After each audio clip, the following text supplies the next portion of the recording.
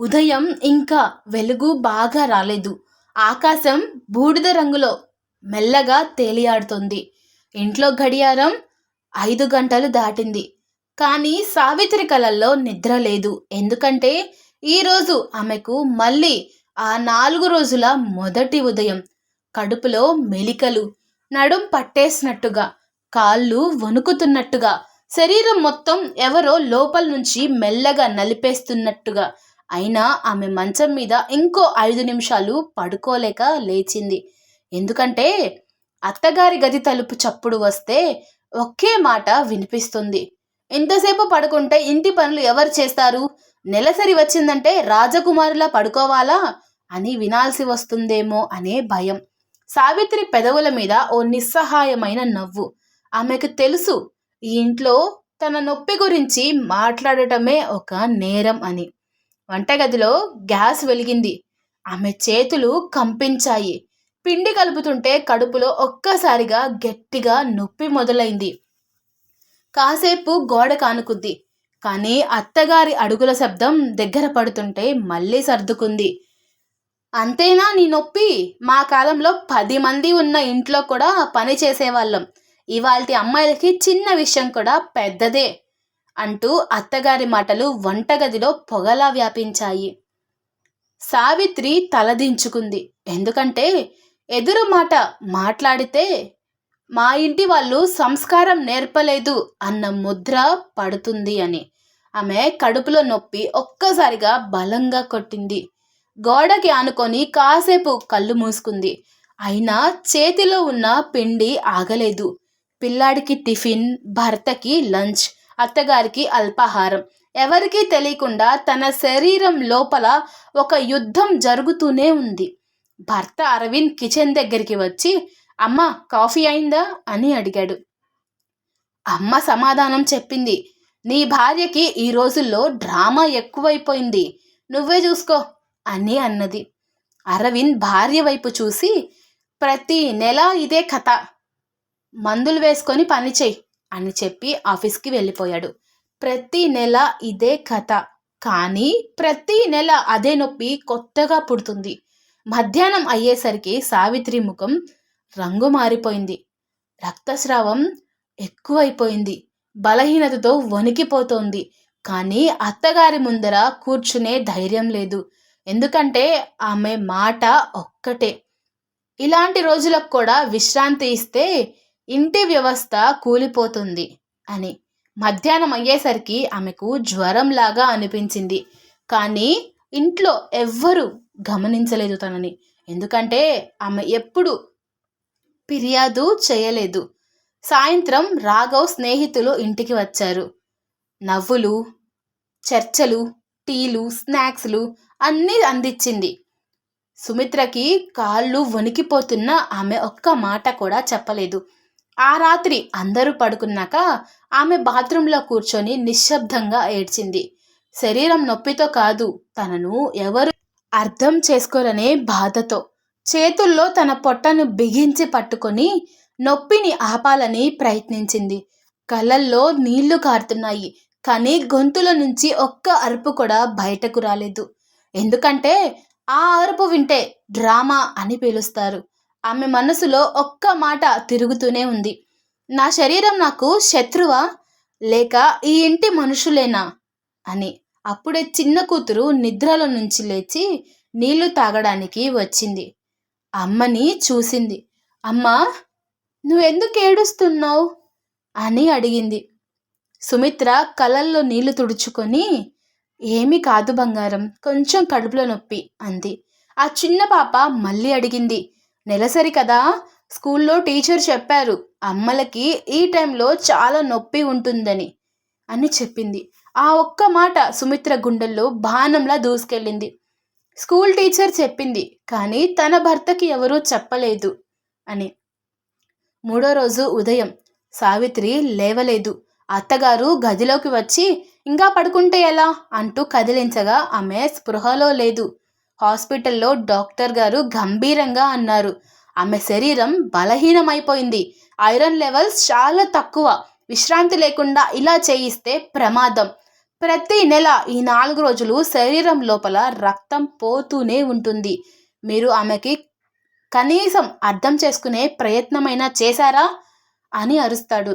అరవింద్ గుండెల్లో ఒక్కసారిగా ఏదో పగిలినట్టు అనిపించింది. రాఘవ్ తలదించుకున్నాడు. అతనికి ఒక్కసారిగా గుర్తొచ్చింది. ప్రతి నెల ఆమె అలసటగా ఉంది అనే చెప్పేది. తానే అదేం పెద్ద విషయం కాదు అన్నాడు. అవన్నీ గుర్తు చేసుకొని తన మీద తనకే కోపం వచ్చింది. అత్తగారు నిశ్శబ్దంగా కూర్చున్నారు. ఎందుకంటే డాక్టర్ గారు మరో మాట అన్నాడు. మీరు కూడా ఒకప్పుడు ఆడవారే కదా, మీకు కూడా ఇదే నొప్పి వచ్చేదే కదా అని. ఆ మాట అత్తగారి గుండెల్లో పాత జ్ఞాపకాన్ని తట్టి లేపింది. తన పెళ్ళి అయిన మొదటి సంవత్సరం తన అత్తగారు కూడా ఇలాగే మాటలతో గుచ్చిన రోజులు, తాను కూడా బాత్రూంలో దాక్కొని ఏడ్చిన రాత్రులు అన్నీ గుర్తుకొచ్చాయి. ఆమె కళ్ళల్లో నీళ్లు నెమ్మదిగా చేరాయి. ఇంటికి వచ్చిన రోజు సావిత్రి మంచం మీదే ఉంది. ఈసారి గదిలో అత్తగారి చేతులు పనిచేస్తున్నాయి. అరవింద్ కూర కట్ చేస్తున్నాడు. సావిత్రి ఆశ్చర్యంగా చూసింది. పిల్లాడు ఆశ్చర్యంగా అడిగాడు, నాన్న, నువ్వే వంట చేస్తున్నావా అని. రాఘవ్ నవ్వుతూ అన్నాడు, అవును, అమ్మకి సెలవు. ప్రతి నెల 4 రోజులు ఆమెకు సెలవు. అది ఆమె హక్కు. సుమిత్ర కళ్ళల్లో మళ్ళీ నీళ్లు చేరాయి. ఈసారి నొప్పి వల్ల కాదు, తనను ఇప్పటికైనా అర్థం చేసుకున్నారు అన్న ఆనందం వల్ల. అత్తగారు ఆమె దగ్గరకు వచ్చి కూర్చొని మెల్లగా అన్నారు, నిన్ను నేను అర్థం చేసుకోలేదు. ఎందుకంటే నా నొప్పిని నేను మర్చిపోవాలని ప్రయత్నించాను. కానీ నీ నొప్పిని చూసి నాకు నా గతం గుర్తొచ్చింది. ఇకపై ఈ 4 రోజులు నీకు పని లేదు, ఇది నీ హక్కు అని. అరవింద్ ఆమె చేతిని పట్టుకొని కళ్ళల్లో నీళ్లు పెట్టుకొని అన్నాడు, నువ్వు ప్రతి నెల మౌనంగా చనిపోతున్నావు. నేను చూసి కూడా చూడనట్టు ఉన్నాను. నేను నీ పక్కనే ఉన్నానని కూడా చూపించలేకపోయాను. ఇక నుంచి నీ బాధలో నేను కూడా భాగమే. ఈ నెలసరి నీ ఒంటరిది కాదు. సావిత్రి కళ్ళల్లో నీళ్లు చేరాయి. ఈసారి నొప్పి వల్ల కాదు, తనను ఎవరైనా చివరికి అర్థం చేసుకున్నారనే ఉపశమనం వల్ల వచ్చిన కన్నీళ్ళు అవి. మార్పు పెద్దగా ఉండాల్సిన అవసరం లేదు. ఒక్క గ్లాస్ వేడినీళ్ళు ఇచ్చినా మార్పే.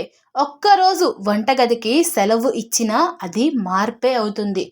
ఒక్క మాట నొప్పిగా ఉందా అని అడిగినా అది మార్పే అవుతుంది. నెలసరి అంటే శాపం కాదు, అది ఒక సృష్టి చక్రం.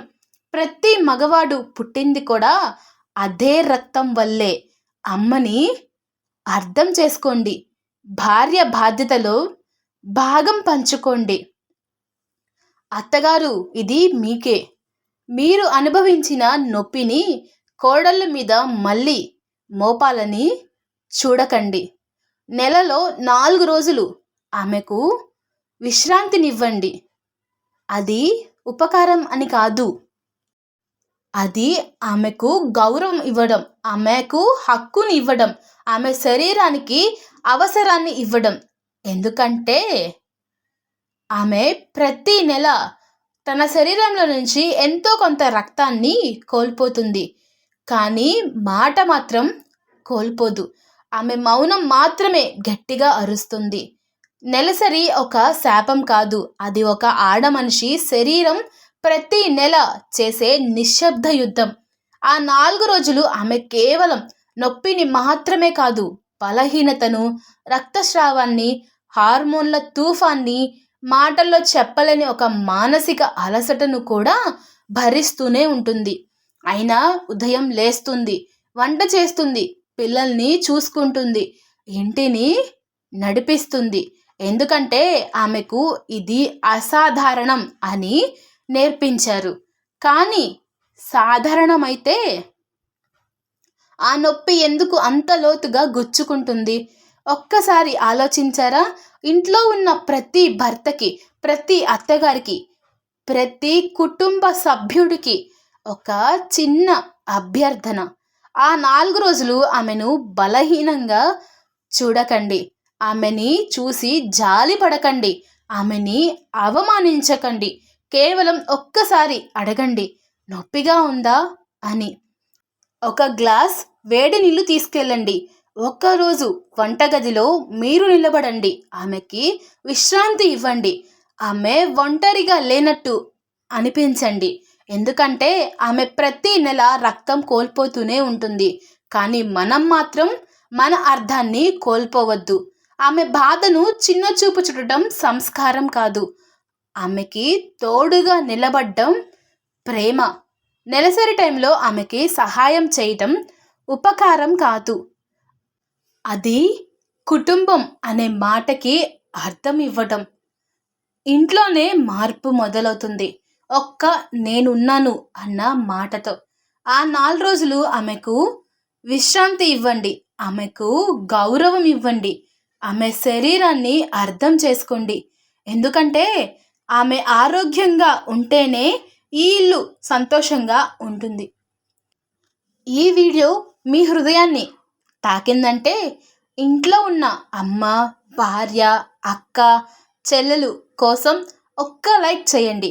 నెలసరి టైంలో ఆడవాళ్ళను అర్థం చేసుకోవాలి అని అనుకుంటే ఈ వీడియోను మీ కుటుంబ సభ్యులతో షేర్ చేయండి. మీ ఇంట్లో మార్పు మొదలైతే కామెంట్లో నేనున్నాను అని రాయండి.